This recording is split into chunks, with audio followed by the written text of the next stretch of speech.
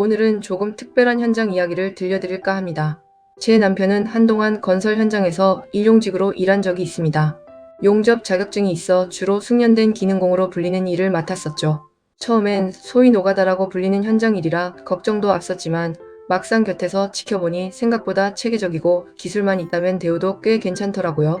특히 용접 같은 기술직은 일반 노무직보다 훨씬 높은 일당을 받을 수 있어 짧은 기간 일해도 수입이 제법 쏠쏠했는데요.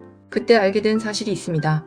건설 일용직은 일당도 천차만별이고 세금 계산 방식도 일반 직장인과는 전혀 다르다는 점이었죠. 그럼 2025년 기준 건설 현장의 일당은 얼마나 될까요? 보통 하루 일당은 8만원에서 18만원 정도로 다양합니다. 남편이 부산에서 일할 땐 용접 기술자로 하루 25만원까지 받기도 했고 지방 현장에서는 18만원에서 20만원 정도를 유지했습니다. 거제도 조선소 같은 곳은 페이가 훨씬 높기도 하고요. 지역과 숙련도에 따라 차이가 있다는 점 참고해 주시면 좋겠습니다. 구체적으로 살펴보면 서울과 경기권은 일반 노무직이 13만원에서 15만원, 숙련 기능공은 18만원에서 23만원 선입니다. 반면 부산, 대구, 광주 등 광역시는 수도권보다 10%에서 15% 정도 낮은 수준을 형성하고 있죠. 특히 용접이나 목수처럼 경력이 필요한 전문 영역은 일당 20만원 이상을 제시하는 현장도 드물지 않습니다.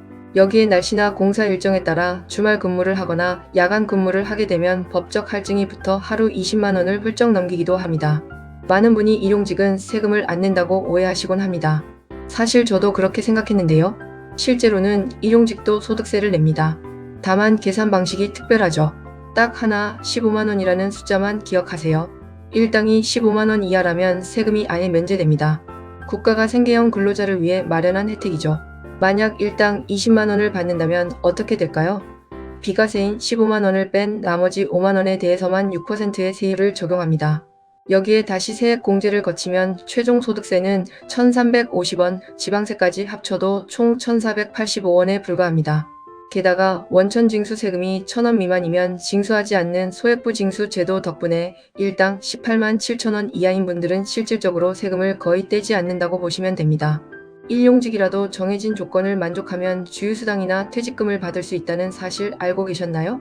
주 15시간 이상 근무하고 정해진 요일에 개근했다면 유급 휴일 수당인 주휴수당이 발생합니다. 또한 같은 사업장에서 1년 이상 일했다면 퇴직금 대상이 되기도 하죠. 다만 중요한 건 기록입니다. 근로계약서나 출퇴근 기록을 반드시 남겨두셔야 이 소중한 권리를 지킬 수 있습니다. 4대 보험 역시 마찬가지입니다.